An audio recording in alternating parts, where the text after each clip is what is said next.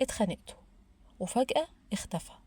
ردوده بقت كلمة أو كلمتين، يمكن يقعد يوم أو يومين أو أكتر. ساعتها أول سؤال بيجي في دماغ الست، هو بقى مش بيحبني؟ خليني أقولك حاجة، أوقات كتير الست لما تزعل أول حاجة تعملها إنها تتكلم، أما الراجل في مواقف كتير أول حاجة يعملها إنه يسكت. وده بيخلي كل طرف يفسر التاني بطريقة غلط. الست وهي شايفة الراجل ساكت بتقول هو بيتجاهلني، ما بقتش فارقة معاه، أكيد خلاص زهق. لكن الحقيقة في رجالة كتير لما بيزعلوا بيحتاجوا يبعدوا شوية، مش لأنهم مش بيحبوا، لكن لأنهم بيحاولوا يرتبوا أفكارهم أو يهدوا قبل ما يتكلموا.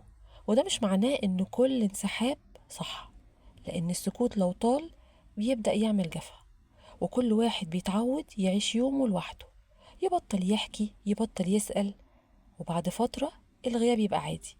وساعتها المشكلة ما بتبقاش في الخناقة، المشكلة إن الاتنين بدأوا يتعودوا ويعيشوا من غير بعض. وعلشان كده لو محتاج تهدى اهدى، لكن ما تسيبش الصمت يطول.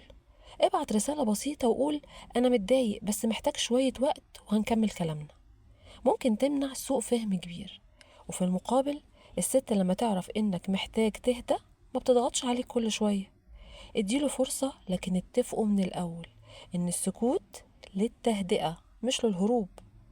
سؤالي ليكوا النهاردة، انت لما بتزعل بتحب تتكلم فورا ولا بتحتاج وقت تهدى الأول؟ اكتبولي في التعليقات. وافتكروا، الخلاف مش هو اللي بيبعد الناس عن بعض، لكن الصمت الطويل ممكن يخلي اتنين كانوا كل حياة بعض يتعودوا يعيشوا من غير بعض.